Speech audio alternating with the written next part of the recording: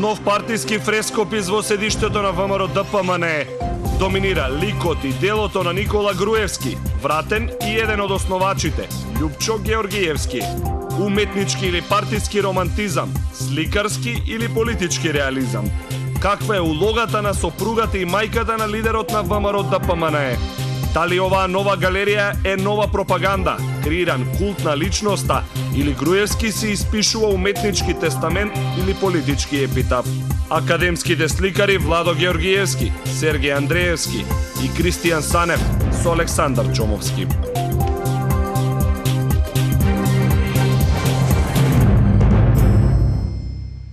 Добра вечер.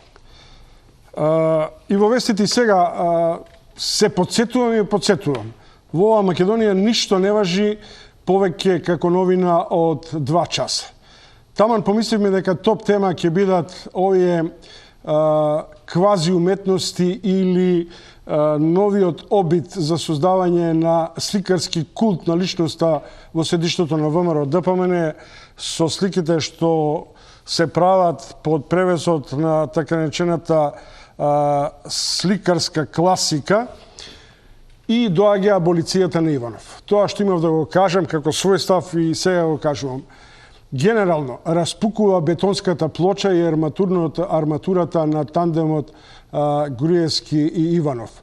И тоа за некого може да биде добра позиција, но за политичката перспектива на овие лидери сигурно е лош знак, дотолку повеќе што се распукува и целата тенденција на создавање на политички и партиски окулизам околу нив и околу оваа Македонија. Што би можеле да значат овие нови изложбени постаменти на портретите на создавачите или на креаторите на историјата на ВМРО ДПМН? Многумина реагира и реагираат со сомневање. Дали е тоа сликарство, дали е тоа политика, дали во сето тоа се крие и внатрешниот немир, или генерално уште еден доказ за духовната слабост, па дури и за естетските нарушени критериуми во македонско општество. Моите вечерашни гости ги видите, тоа се врвни академски сликари кои во овој момент носат со себе една или повеќе слојна критичка обсервација на целиот зафат. Почнувам со Сергеј Андреевски, кој на својата мајица, ако не се лажам, го има исцртано ликот на еден од бастионите на комунистичката диктатура Мао Цетунг. Сергеј, каде и на каков начин е тоа направено? Па вака пред добар ден или добро вечер, сеедно. Прв пат ја ставам на мене оваа мајица на Мао Цетунг. 2003 година бев во градот Шенцен, гостин на една интернационална изложба на дела изработени со туш. И се дружев со разни уметници од Кина и побарав од еден уметник, викам, би сакал да купаме на мајца од Мао Цетунг као спомен, бидејќи е символ на Кина. Мао Цетунг, па нема потреба, вика, да трошиш пари, јас можам то ми жејачки да ви го насликам и тоа како сакате. Сакате млад, сакате Мао Цетунг дете, сакате во која возраст, значи замислете која била таа тие нив ги будели и ноќе, значи можеле у секое време морале да бидат подготвени за да го направат Мао Цетунг. Затоа ја ставив оваа мајца чисто символично. Замислите денеска покрај шаренава револуција и СЈО, символот, нели, да почнат да не принудуваат да го цртаме Никола Груевски и Ѓорѓе Иванов на нашите мајци. Да, тоа е, мислам. Каква е вашата прва перцепција на појавата на сликите, без оглед што се добиени врз основа на информации на портали, но генерално таа фотогалерија на оден начин покажува некаква симптоматологија? Воопшто во последниве, да речем, 20 години, ние тоа не ме секако духовно, културно, особено, можеби најмногу во ликовната уметност. Можеби, не сум сигурен тука. Меѓутоа, последниве години ова што се случува е јас стално викам, ние одавна го допревме дното, го тапкавме дното, меѓутоа отидовме сега вртоглаво продолу уште повеќе од тоа дно. Не знам докаде кога ќе запре таа вистина што ја живееме, мислам, тоа е лажна вистина, затоа што не можете во овој век кога читам пред некој ден Јапонија промовира брз воз од 600 км на час, а ние да се занимаваме со нешто што и историјата веќе го има заборавено. Мислам, историјата во ред, треба сите да ја знаеме, треба убаво да ја знаеме за да не се повторува.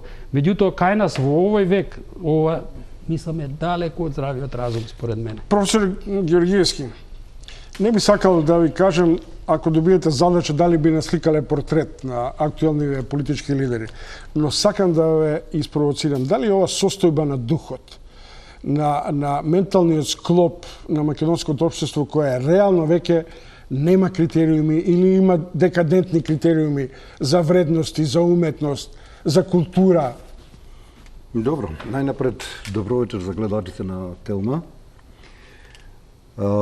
Јас лично сето ова го доживувам како една страшна темнина на духовната неписменост, која, колку јас успевам тоа да го видам и да го почувствувам, ја следам и ја гледам во сите подрачја на творечкото постоење, да речеме, кај нас. Ова што го гледам тука на овие така наречени слики, тоа го гледам и во литературата, тоа го гледам истата состојба и во останатите уметности. Нема ништо што би било поразлично од ова, само што ова веројатно некои други луѓе го направиле, нели, надбор од Македонија.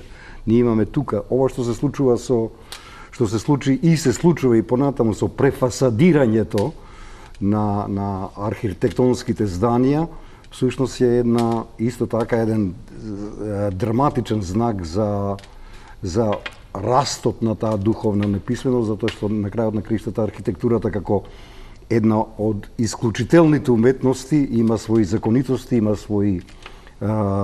своја убавина, нели, до која се стига повторно низ да кажам опстојувањето на творечката личност на човекот, а никако низ она што тој ќе го отслужи како исполнувач или како имитатор на некаква архитектура, што е апсолутно лошо.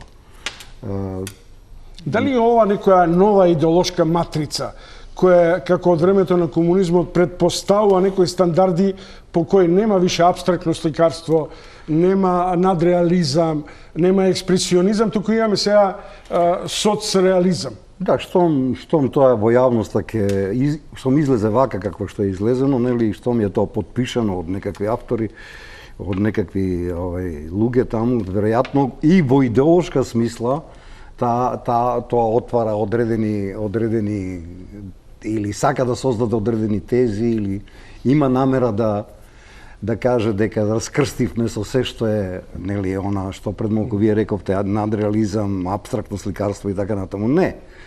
Мислам дека драмата на творечката личност од секогаш е жестока и дека тој што во себе ја гради, ја носи, ја чувствува и ја реализира преку своето дело, мислам дека никогаш нема да се помири со вакво нешто. Професоре, имам една скромна сугестија. А ако не ви смета да го тргнете препознатливиот уметнички кашкет, ви ги засенчува очите и не можеме да го видиме гегот на лицето. Добро направите. Кристијан Санев, председател на ДЛУМ и академски сликар, нормално.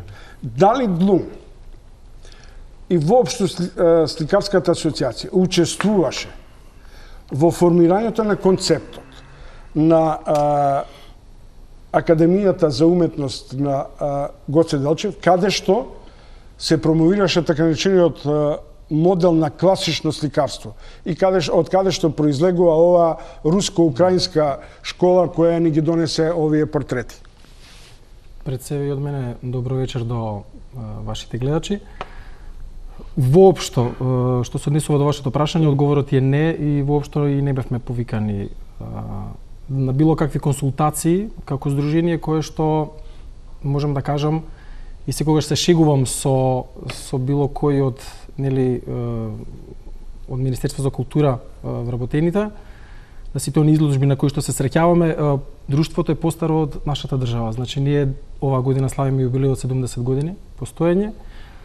А и како некоја институција која што веќе долги години екзистира на ова македонско тло, верувам дека можеби и сум убеден дека требаше да биде барем во некој сегмент консултирана. Имаме членство кое што е многобројно, имаме еминентни имиња во нашето здружение и убаво ќе беше да да кажеме она што вие го рековте, барем да не повика и ние да учествуваме во тие размислувања за тоа што треба ние и како треба во кој правец да го развиваме таа ликовна култура и воопшто сликарството во Македонија. Дали постојат автори, да речем условно под ова така речена дефиниција на класично сликарство, портретирање и така натаму. Бидејќи, колку мене ми е познато, на повик 6 до 7 академски сликари учествува во портретирањето на главните личности во музеот на револуционарната борба. Овде се работи очигледно за една руско-украинска линија која е заседната на Штипскиот универзитет и која, например, за 70.000 евра правеше мизасценот, односно сликата на вечната куќа, отварањето на Знаете како да бидам искрен, воопшто не ми е јасно покрај толку една плејада на македонски ликовни уметници, дали од постарата генерација, од поновата, одлични портретисти, одлични сликари на фигуративното сликарство, не застапувачи на фигуративно сликарство, да кажеме да не се вклучени или не се инволвирани, па дури да е еден нели ваков потек, без разлика што овдека денеска дискутираме за уметноста која што ќе биде представена во штабот на ВМРО. И од каде доаѓа она наметнување на или таа пропаганда на руското сликарство кај нас и украинското сликарство, тоа е можеби и веројатно ќе остане никс непознат. Дали имаме во позадина сето тоа, она што го нарекуваме и вие тоа пред малку што го кажавте, големи суми, нели финансиски кои што се вадат надвор или остануваат овдека, не е битно нели како, но според мене трагично е кога во вашата земја, во земјата која што вие раководите со неа или ја водите, не си ги цените уметниците кои што овдека екзистираат. Ај малку анализа на конфигурацијата, на поставеноста на портретите. Она што мене ме буди, дали воопшто на овие простори, во диктатурите, во социализмот, постоеа вакви портрети во која Јованка Броси и Тито беа заедно сликани, например, во активно дејство. Или, освен Чаушеску и Елена, каде што беа, дали, например, се познати композициите на мајката на лидерот и лидерот и така натаму. И кои би биле пораките? Јас викендов бев во Источна Македонија на Свети Константин и Елена во едно малечко место, село се вика Вакав. И таму гледав оние фолклорни, имаше доста подароци кои што народот рачно ги изработил. Тоа се совршени апстракции, тоа се таква геометрија, тоа е таква естетика. Ние се е тоа заборавено, тоа го нема. Значи тие која сакаш земјата, која чувствуваш земјата, ти тоа мораш да го имаш во себе, значи мораш таа естетика да ја пласираш. Исто музика слушав. Имаше прекрасни гости кои пееја. Па тоа совршено, тој фолклор наш, мислам, ти со тој место да се гордееме ние го немаме, да речеме, и тоа е тоа што колегата претходно ја кажа, таа е духовна наша изнемоштено, немо, ништавило, што да речеме ние наместо да направиме граѓанска држава, каде што ќе ги величаме нашите духовни вредности. Овие 50 години што вистина се изградија во Југославија, еден Бадев, еден Сариевски, тие ги нема. Сите овие писатели, Гане Тодоровски, не знам, Анте Попов, тие ги нема нивните дела, затоа што тоа беше здраво, тоа беше континуитет и тоа беше многу македонско. Тука нема дилеми, тоа нека не ми каже, не може да ми каже никој да ме убеди дека не е тоа. Се, почнувајќи од првата генерација, Блаже, па не знам, втора генерација, па трета, исто тоа. Ајде да се вратиме на сликарството. Замислете, за да дојдам до сликарството, замислете денеска, значи ние имавме Личеновски, со Афиони, имавме Византија, Византија, која што во светот Византија, која 4 икони наши беа изложени во Њу Јорк. Како во светската ризница беа ставени на највредните дела на уметноста воопшто во светот. Ние имаме Курбиново на Преспа. Тоа е чудо од сликарство. Ајде се вратиме на современиот дел на македонското сликарство. Еве и на современиот. Например, имате Личеновски, Пандилов, Владимирски, Белогаски, се бардови. Го имате, например, Мартиновски со Циганката во разни верзии. И сега одеднаш ви се појавува Никола Груевски како синоним на инспирација на сликарството. Ама да е барем да речеме он кој требало да тука е проблем тука е основниот, значи естетиката. Значи немаше ништо да смета ова. Ако немаше илјадници скулптури кои немаат естетско во себе, ние имаме еден Димо Тодоровски, моќен скулптор, кој ќе се оди на Крушево, кој ќе се види на Мечкин камен. Се што е направено во социјализмот не е случајно. Сите автори и Македониум и да одиме зад владата, ведна има скулптура на Вера Јоцич. Прекрасна една моќна скулптура. Ветарот, тоа е типично социјалистичка скулптура. Ние се плашиме да кажеме дека Пито Гули на Мечкин камен на Димо Тодоровски. Професоре, дали ова зборува за одредна перцепција дека и во уметноста преовладува еден нов синдром на создавање на култ на величини? Без оглед дали се тие партиски, политички... Да, секако, по овие некои илустративни овде, квази илустративни знаци што се покажани, има тоа и во себе носи таква тенденција да се воздигнели, да се зголеми некакво значење на некоја политичка личност која во овој момент апсолутно ја води оваа темнина овде кај нас. Што е по мене катастрофално за творечкиот чин, како автономен процес пак ќе речем на личноста човекова. Ја постојано ја подвлечувам личноста бидејќи за мене индивидуата е биолошка категорија. Личноста доаѓа од просторот на духот и таму е слободата во прашање. Кога е слободата во прашање, тоа е силна, страшна обврска за творечката личност. Таа умее со своји собствени закони да ја озакони таа слобода, но при тоа да тежне кон божественото, кон совршеното, кон величенственото кое нема никогаш да признае некакви ери, векови и времиња кога е направено. Тука ќе се движи и наназад и нанапред со молскавичка брзина. Такви дела, впрочем, во уметностите вам ви е познато, постојат, нели? Без оглед на тоа дека е, како се вика, Гоја ќе умре, ми се чини 1830-та таму некаде, и денеска во Бордо, во куќата, имав прилика како студент тоа да го видам, не нося, во куќата во Бордо, каде што ќе заврши, тие композиции, тие седенки на тие демонски човечки сили и снаги и темнини што ги носиме сите, се брилијантно насликани и тие живеат и денес и опоменуваат со својата моќ, нели? Но тие проповедаат еден друг систем на вредности, проповедаат едни други простори кои, за жал, ова што овде го гледам, нели, ниту ги допира, туку ги анулира, ова ги чисти. Можете, например, во тој портрет да ја скенирате личноста на портретираниот, да го видите, да ја видите длабочината на личноста од типот на Груевски, ајде да не ги зборам тие ешелоните позади него и така натаму.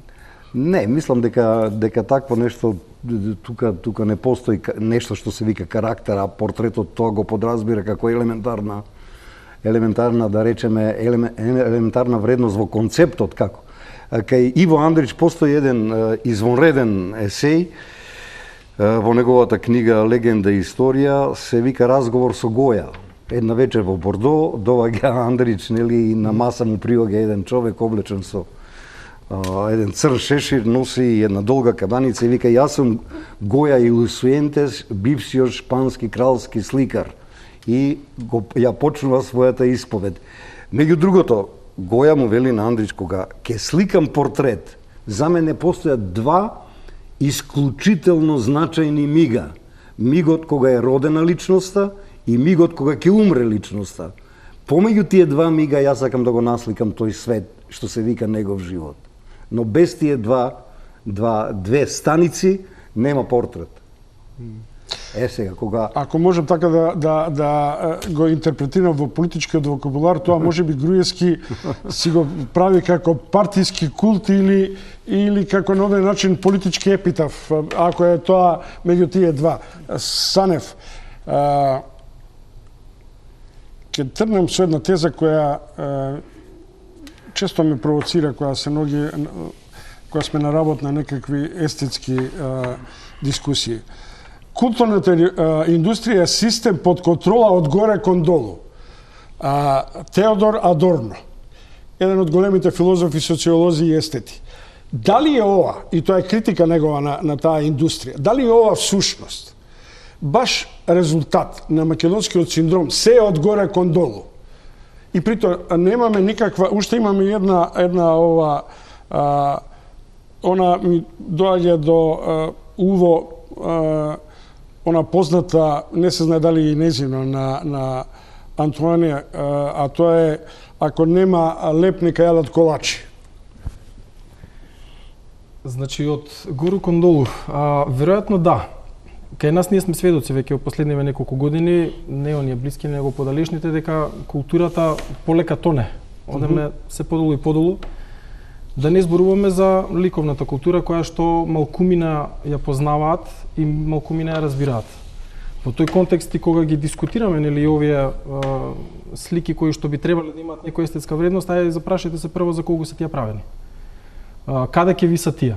Ќе висат во културна институција или ќе висат во обична зграда? Ќе висат без омаловажување на никој кој што е таму, да кажеме, вработен или кој што ги знае. Има, консултирав еден универзитетски професор и ми вели, тоа е сепак приватна работа. И ме заинтригира зашто сепак седиште на партија, која е синоним на некаква граѓанска асоциација. Не знам дали е приватна. Можам да разберам, например, дека познатиот бизнисмен Гуштеров, нели, кој донесе украинци, академски сликари, да му го насликаат дома, големото платно на Александар и на македонските некои слики, е приватна работа. Ама во седиштето на ВМРО дали е тоа приватна работа? Приватна. Ако го гледаме веројатно од аспект на партија и си ја пишува историјата низ форма на слики, веројатно можеме да кажеме дека тоа е приватно и тука доколку не се трошени или не се употребувани парите на народот, да кажеме.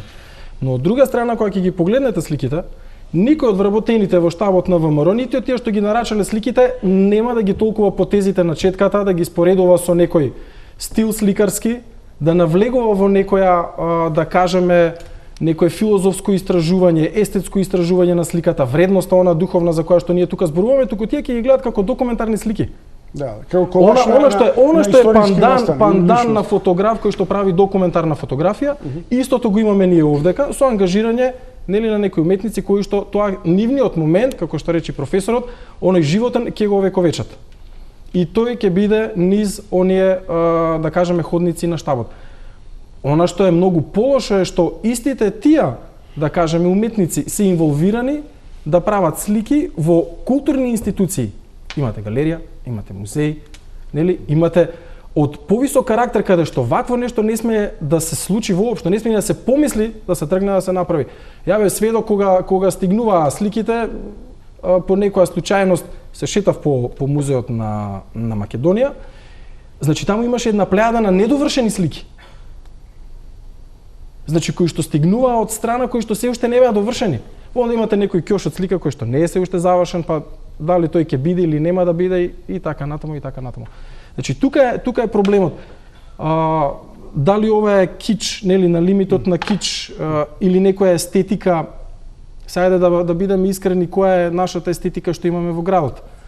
Нели сето она што ни се случува на нас денеска и во последниве години, барем она што јас го имам некако приметено последниве можеби 15-тина, ние естетиката ја купуваме од страна.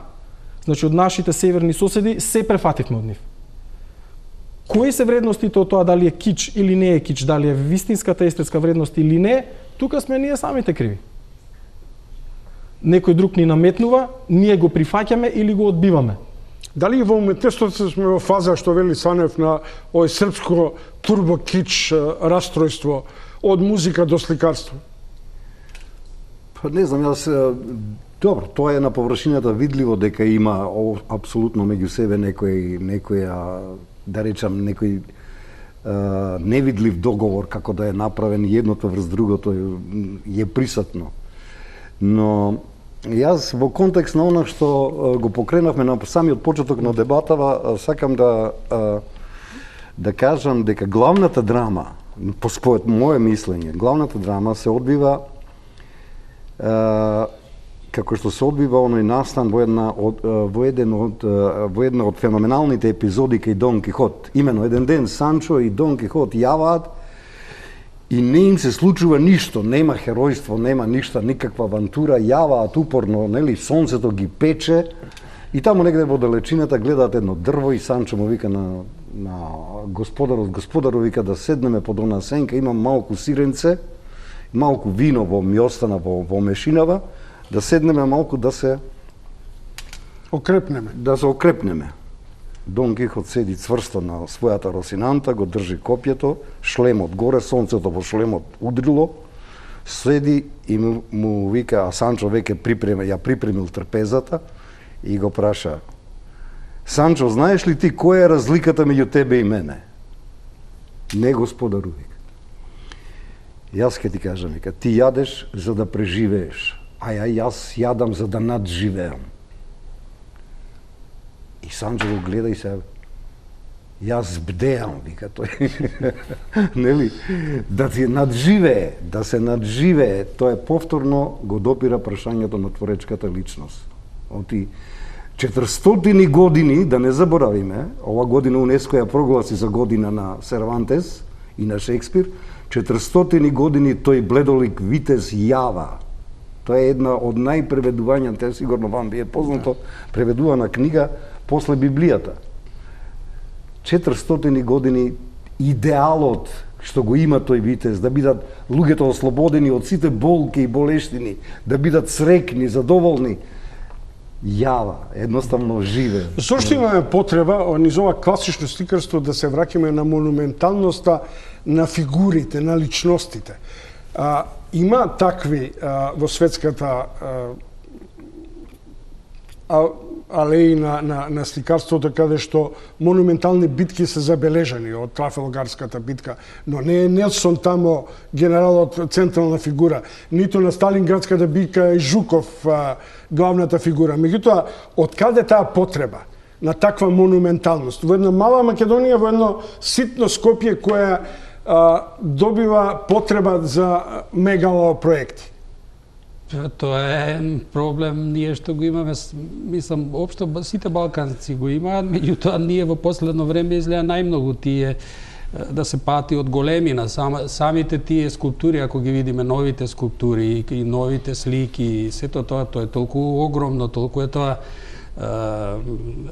премоќно за еден народ од 2 милиона, бидејќи тоа треба да се одржува како прво. Значи, еве да речеме, еве ќе тргнам таа естетска страна, што е суштенска за мене. Значи, без тоа уметничко дело не постои. Значи, ако нема естетика, тоа не постои. Значи, вие можете портрет јас ќе ви направам портрет. Ако јас портретот, јас можам да ви ги грешам линиите, 1000 пати да ги сгрешам. Меѓутоа, ако не употребам, тоа не е грешка. Значи, можам 1000 пати да ве грешам, али ако потребам чувство и ако се почувствува дека вие живеете од внатре, ако излезе нешто, тоа е вистината во уметност.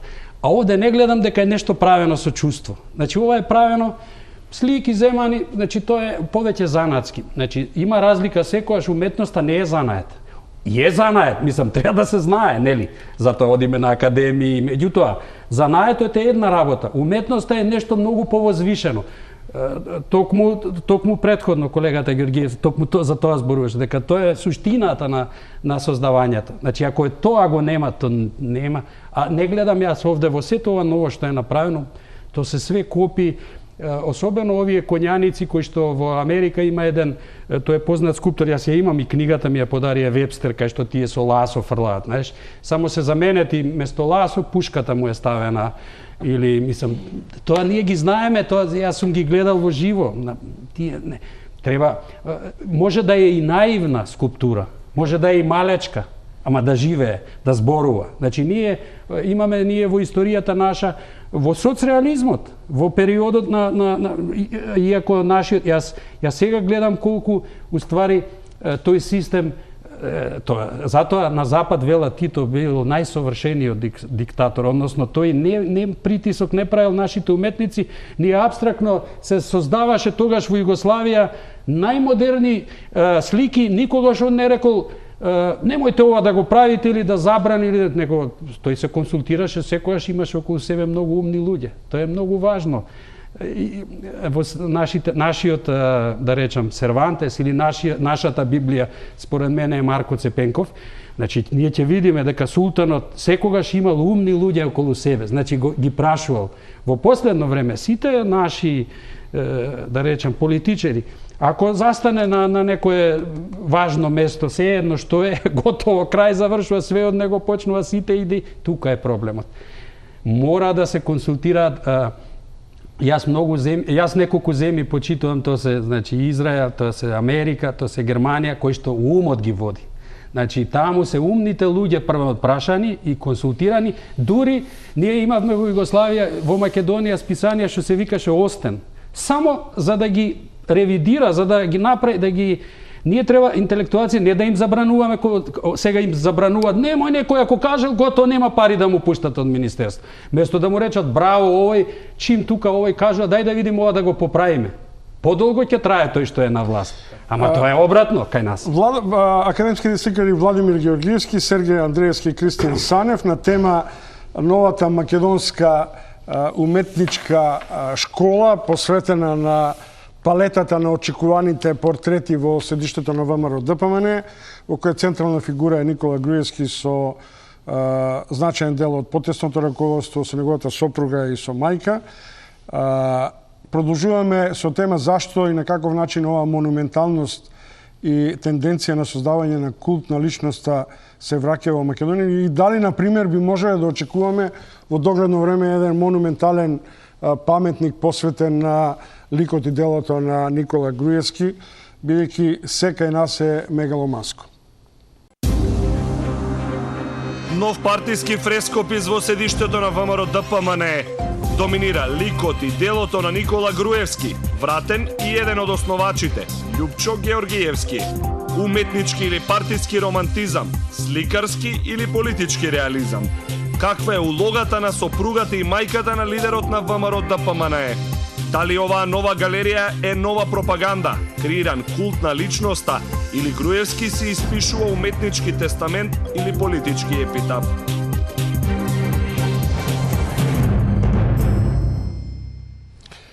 Многу ме копка оваа дилема што е поставил Форшпанот, да добијам одговор од моите вечерешни гости, академските сликари Владо Георгиевски, Сергеј Андреевски и Кристијан Санев.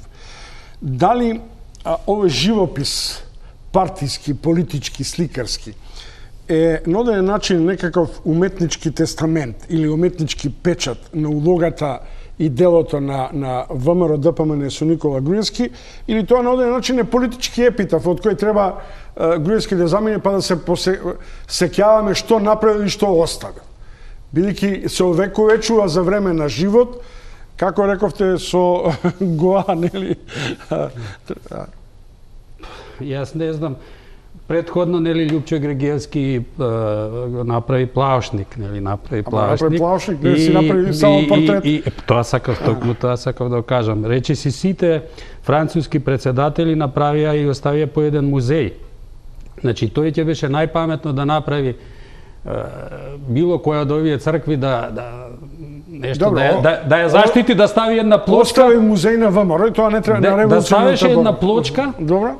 И да напишеше дека тој е заслужен, што да речеме Свети Пантелеймон да го заштити еднаш како што треба, пошто стално е недоправен, недозавршена, тоа е можеби највредното наше, тоа е уште пред Джото, уште пред италијанската ренесанса, Тоа е нешто или да не зборуваме црквата на Дрворез што е во Свети Спас. Тоа е бесценно, тоа е нешто. Или црквата на Курбинова. Или Курбинова, се едно. Било кој од нив, ако е вистински патриот за мене, мислам, тоа е за мене вистински патриот. Не себе си да се стави тука, да ги направи тие, да ги заштити, да им стави плочки, а поготово веќе исто така, ако сака да биде уште поголем патриот, сите овие уметници што денеска живееме, можеше со овие пари, да изложуваме низ целиот свет. И пак него да го славевме. И да останеше во историјата вечно како најголемиот патриот. Така е мојот став. Санеп? Јас се стојам на тоа дека сметам овој цел фриз, што го прави ВМРО, дека тоа е една документарна, има документарно својство. Пред се, заменувајќи го медиумот. Немаме фотографија, ако влезете во Министерство на култура, кога ќе се качувате по скалите, ги имате фотографиите на сите претходни министри, ако не се лажам, се уште стои таму. Ова е еден друг тип на документирање на едно време во кое што некој бил поминал, нели? Сега ќе видиме тие што ќе имаат можност да влезат и да ги погледнат сликите, колку тоа има од историјата на ВМРО, она што е наназад, нели, дали ова некоја, како разговаравме преска, дали ова некоја нова историја која што ќе биде представена на сликите. Ако така тргнало, верувам дека ќе има и празни зидови во тој случај за оние што ќе доаѓаат понатаму. Знаете што, во Ману има портрети уметнички, сликани од врвни академски сликари, и тие вистина се на овој начин сликарски портрети, врвни. И тоа не е спорно.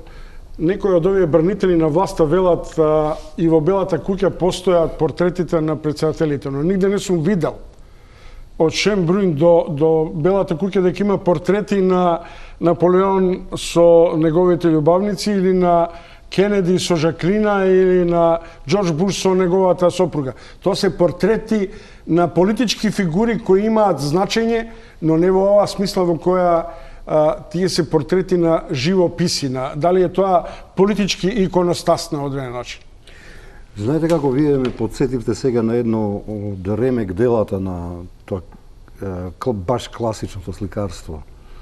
Во Лувр, кога ќе отидете и кога ќе го видите кронисувањето на Жозефина од Давид, насликано од Луи Давид, каде што Наполеон ја става круната на Жозефина, целата таа композиција, сите елементи на сликарската визија кои се вградени внатре, го глорифицираат божественото над идеолошкото, над политичкото, над императорското. Целиот тој настан, целото тоа кронисување има во себе една неверојатна моќ, нели? Дека тој чин на спојување или на, како да кажам, заснување на семејство е од божествен карактер, нели?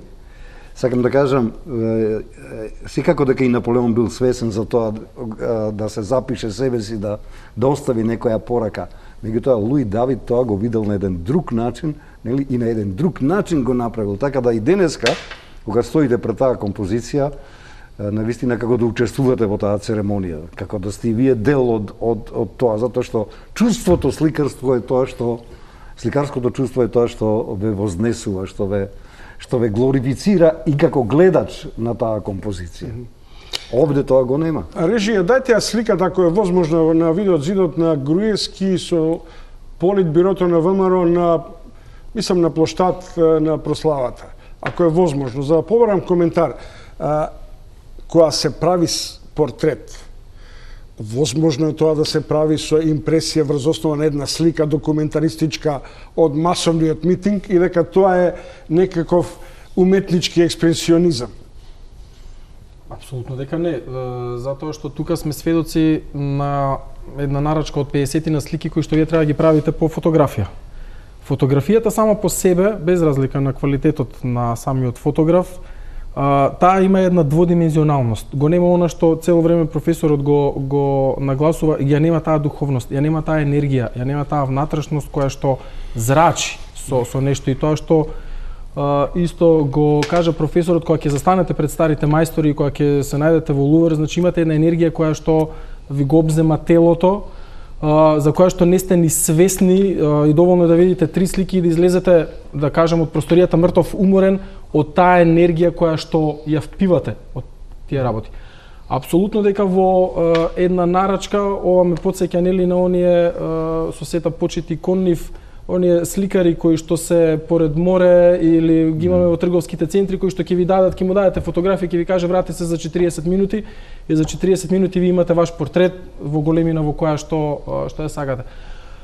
Многу е тешко да се долови емоција која што треба да ја доловите гледајќи некоја фотографија и нечија фотографија. Она што и преска го зборувавме, значи тоа таму не биле сликани сцени по фотографии, некои па ајде сега ќе го направиме кронисувањето на Жозефина или на не знам што, туку тие биле гледани. Она што доблеста на уметникот и она предност е што тој ги меморира сликите.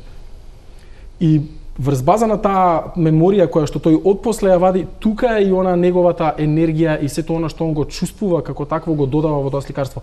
Што ќе извадите од една фотографија како некој емотивен момент.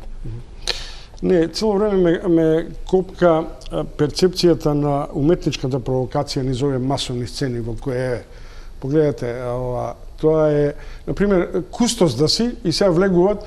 Ја не знам што би значила оваа слика за луѓе кои првпат ќе влезат и ќе, не знам, ќе го препознаат Груевски или Тито, да речеме.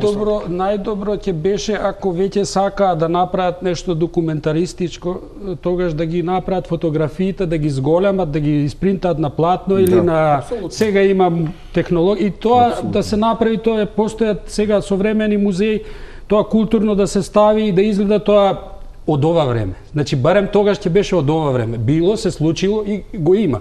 Меѓутоа, да се направи нешто, да се слика ова, за мене, не знам, нема никаква логика. Значи, што рекла, кај французите, Коко Шанел има речено, имате луѓе со пари и имате богати луѓе. Значи, тоа е суштината. Значи, треба да се размислува пред нешто да се направи. Зошто е ова декаденција? Уметничка, социјална, естетска. Зошто е декаденција? Затоа што јас говорев, нели, и пак ќе го подлечам тоа. Затоа што е директно против личноста човекова, директно против творечката личност усмерена. И затоа е и декадентна, затоа е и опасна. Ние направивме, еве сега рековме во Штип, Академија за реалистичко сликарство. Утре ќе констатираме дека надреализмот ни е многу драг, па после ќе направиме Академија за надреалистичко сликарство, па за фовистичко сликарство. Правиме некакви академии, а не создаваме, не и даваме право на творечката личност да се истражува, да се потврдува, да експериментира. Да не заборавиме, Пикасо во своите последни часови од животот црташе и експериментираше и истражуваше исто како на самиот почеток. Замислете ја Герника, например, наместо неговиот експресионизам насликан така во некоја абстрактна форма, да му ја даде сликата од некоја битка на Шпанската револуција и таа да биде пресликана. Би било тоа Пикасо и Герника? Не, сигурно. Не. Овде Пикасо Герника ја доживувал и ја носел во себе, мислам, неговата Герника ја има насликано, не само градот кој настрада од бомбардирањата, нели, на авионите. И тоа го има и тој крик и таа болка внатре. Меѓутоа тоа е неговата болка, неговиот крик, неговата Герника е тоа. Тие символи што се одбрани на таа слика, на тоа платно, гениално, се всушност длабоко врежани во личноста на шпанецот Пикасо. Шпанецот Пикасо. Не францускиот, не современиот, не модерниот Пикасо, туку шпанецот. Ме разбирате? И тоа е она што чинам дека секој кој тргнал на патот на творештвото мора да стаса до каде? До себе си. Целта е до себе да се стигне. Срцето да го слушне сопствено. Тука е творештвото, значи не постои пресликување, тоа конкретно пресликување без чувство. Што е тоа? Па ако тргнеме така, еден ден сите ќе носиме како малце тук ќе не сликаат.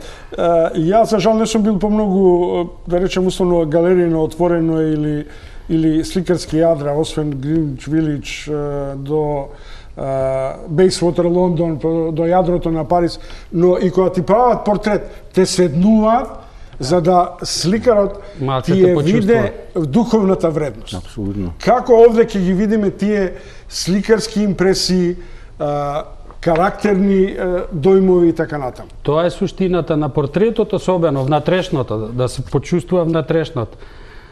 Затоа што надворешноста е што е надворешноста е нели форма. Што читате на пример од овој портрет? Во кој ги гледате Мијалков, Груевски? Исти се сите, Надар, што жена, без мајката. без тие се исти на пример. Не можам да почувствуваме.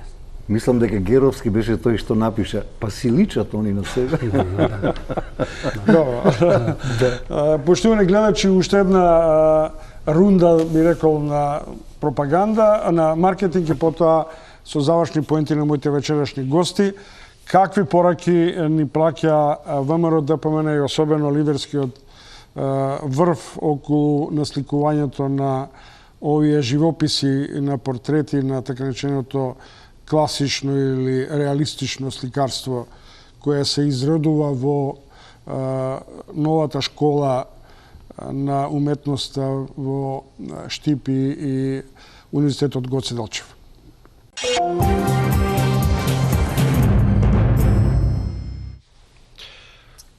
Па едно 5 минути ги одгонетнуваме експресионистичките ликови на владеечкиот врв на ВМРО ДПМН во подмладена фаза. Она што ми остава впечаток, почитувани гледачи, е дел од критички настроените рецензии во кои, например, прочитав дека она што е заедничко за владетелите автократи е гневот како израз на длабока фрустрација.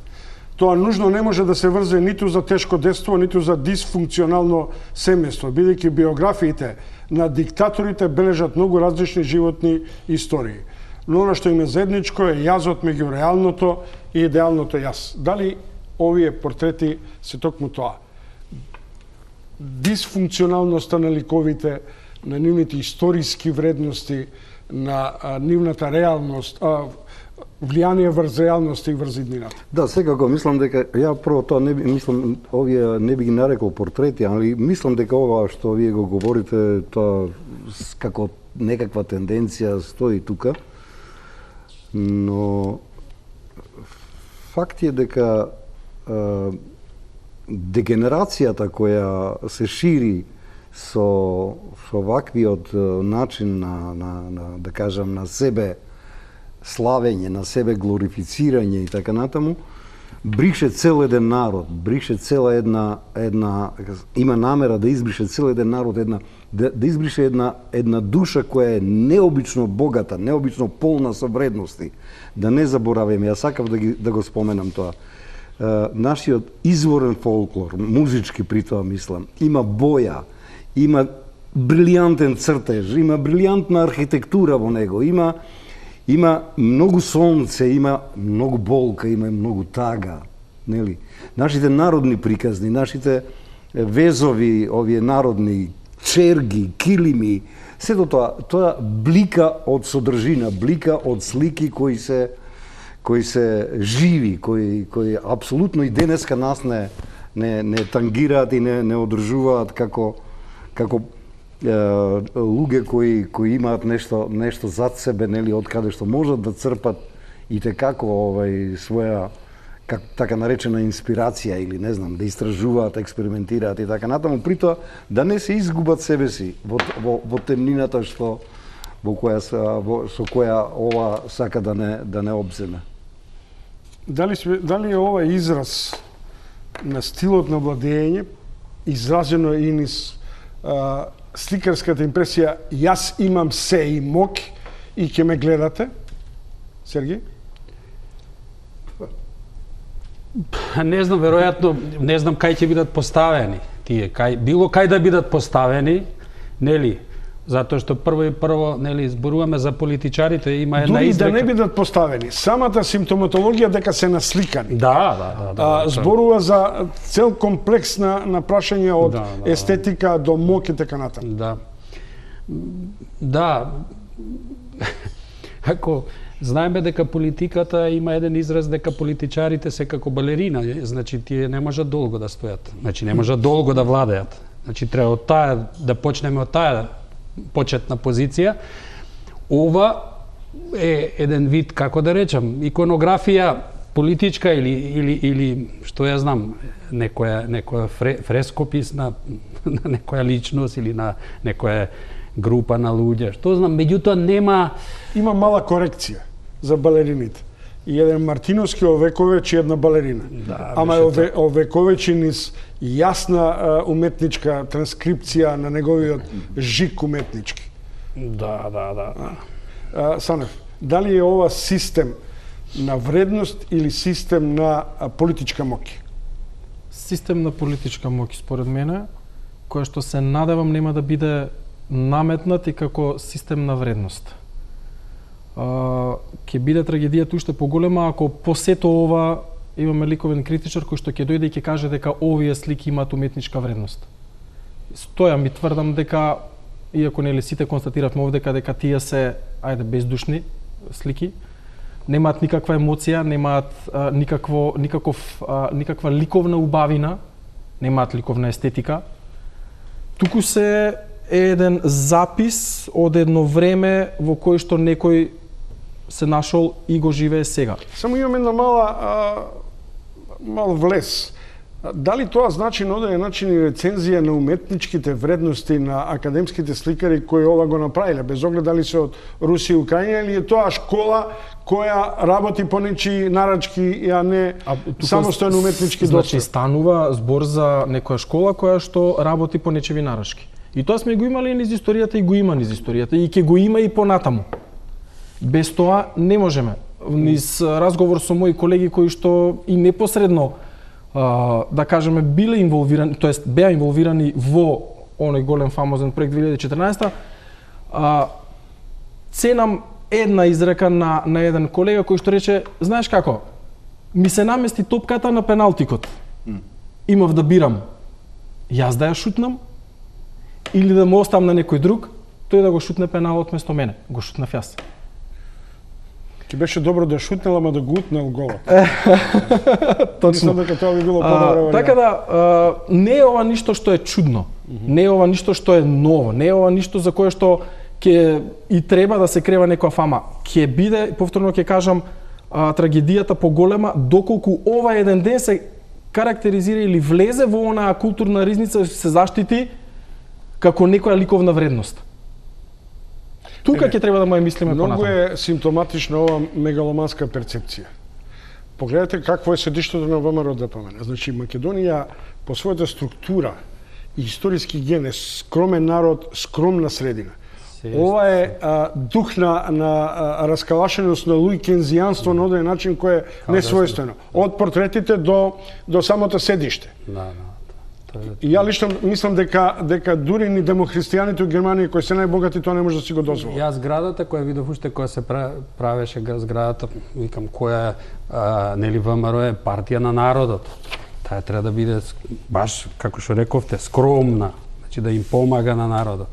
Да биде едноставно тоа, да ја користи нашата традиција, ама во убава смисла, не да ја користи нашата во вулгарна смисла. Тоа е основниот проблем. Што тие заборавија на традиција, заборавија на се. Едноставно поаѓаат од себе си. Тука е големиот проблем.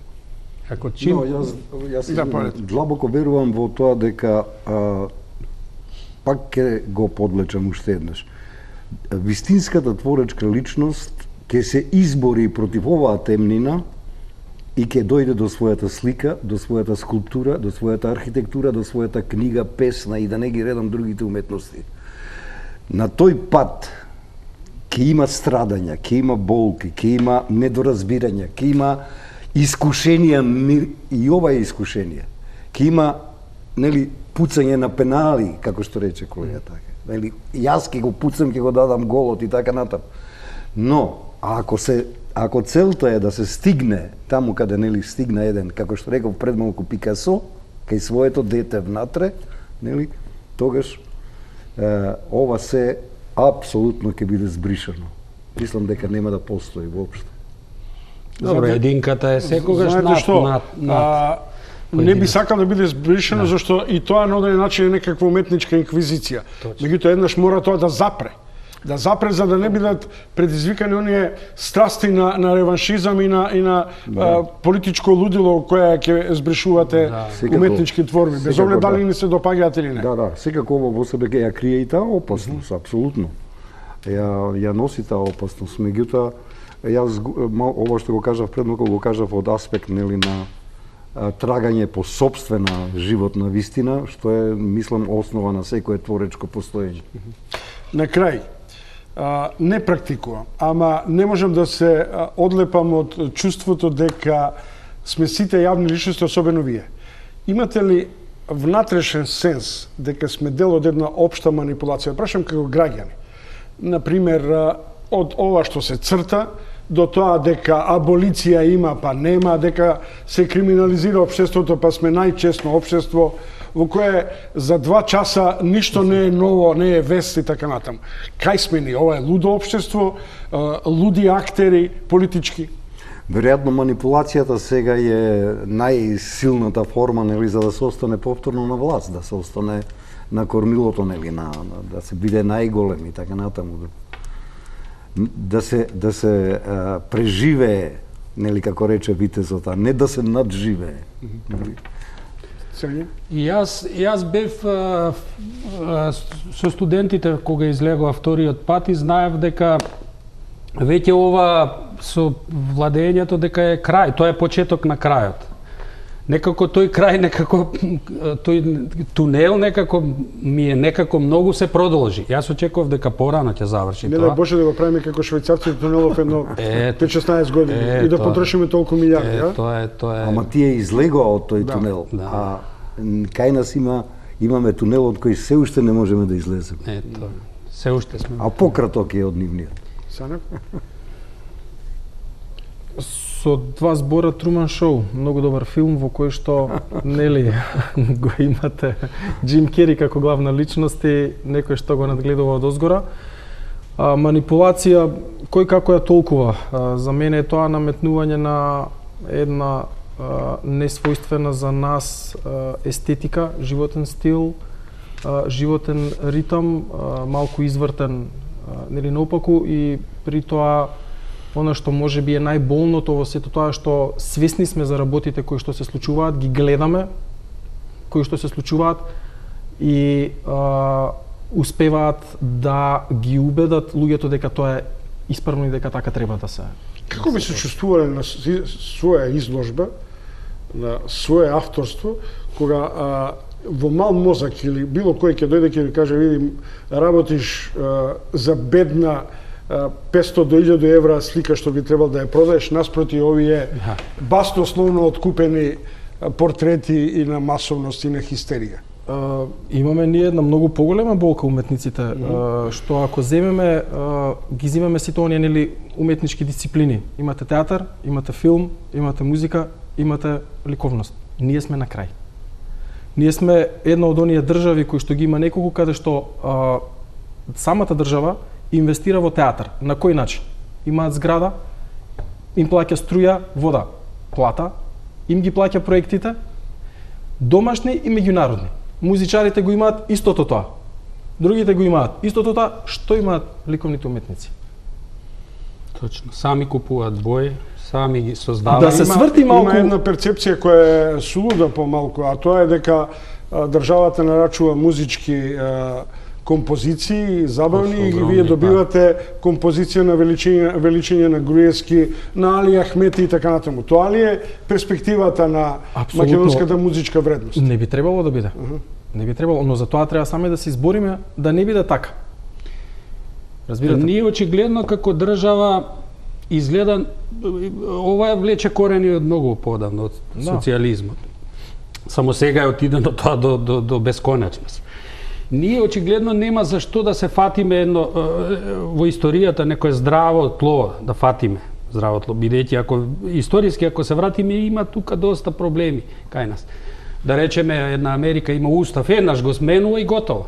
Ние уставот секој не знам колку пати е веќе променет. Не знам така, и 19 амандмани има така да го менуваат, ама не така како нашиот. Повеќе би рекол британска магна карта која од 1370 не е променета. Да, германскиот устав еднаш и готово. Значи не можеме кај нас кој како дојде се менува, во сите зборувам сфери и во уметноста. Доаѓа еден музејот го менува или доаѓа Седур треба да се прекине со партиските ставање на луѓе од партиите во културата, во уметноста, во области кај што во спортот се едно.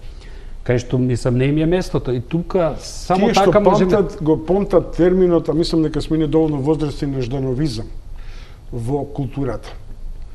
Тоа е оној диктат на идеолошката матрица во која е пропишана како и на каков начин. Кога бев јас во Бугарија пред низа години, ми кажува еден бугарски уметник дека отишле во Москва и кога виделе таму дека цртаат со молив, рекле, изгледа чим цртаат овие со молив, мораме и ние да цртаме со молив. И го пренеле тоа во Бугарија. 2 години во Бугарија се работело исклучиво со молив на платно. И има многу интересни творби, затоа што не смееле боја, бидејќи бојата ја сметале како буржуаска, како нешто што буржуазијата го има. Мора да се биде. Зашто ние никогаш во Југославија не сме имале ние таков систем строг кај што уметноста беше. Тоа беше интересно Југославија, затоа беше во Југославија, ако рок музика имаше, слобода на се имаше, мислам. И наеднаш ние се вративме сега, затоа е болно кај нас случување. Затоа е, бидејќи ние го паметиме тоа. Добро, ние се наеднаш се вратиме. Во Југославија пеевме Тито, Љубичице Бела, така да тој тип на точно и трчавме аксиома дека Југославија беше подобро, тоа не, јас бев еден од најголемите противници, ако е тоа. Меѓутоа, значи јас и дома така бев и воспитан. Мислам, веќе ако зборуваме и за патриотизам, и за ВМРО, и за сето тоа, мислам, дедо ми во гробот се превртува и татко ми, и сето тоа, они друго не мислам, за нив патриотизмот не беше платена работа. Значи за нив беше тоа состојба на духот. Значи така го живееа тоа. Значи не беше тоа ти се да одам, се јас сум од ВМРО и да земам нешто, кола или нешто. Мислам, тоа не се купува, нели? Добро. Дали, професоре, можеме да се излечиме од ова колективна состојба на шизофренија во која мислиме дека сме ние центарот на вниманието, дека политичарите се центарот на општествените пребивања, дека не можеме да дозволиме не шарена, мултишарена да биде револуција или промена, дека овде не може ништо да се случи без Груевски, Заев, Ахмети, Тачи и така натаму. Па вклучувајќи и уметноста на крајот на криштата. Што се однесува до творецот, до уметникот, мислам дека една од неговите сјајни особини е самокритичноста. Тој колку зрее, колку работи, колку напредува, тој е се поостар кон себе си, барем јас така тоа го доживувам. Ако постои таа самокритичност, мислам дека апсолутно може да дојдеме до под едно чисто небо и да дишиме да дишиме чист воздух. По таа перцепција, значи, на четворица лидери една четкица и една и да им дадеме шанса да се превоспитат. Поштувани гледачи, тоа беа моите вечерашни гости со кои дебатиравме за овој најнов налет на портретирање на ВМРО-ските актуелни величини, историски величини на ВМРО ДПМН. Дебатира со Сергеј Андреевски, Владимир Георгиевски и Кристијан Санев, сите академски сликари, некои универзитетски професори. Ви благодарам. Утре сте со Снежана Лупевска Соза. Пријатна вечер.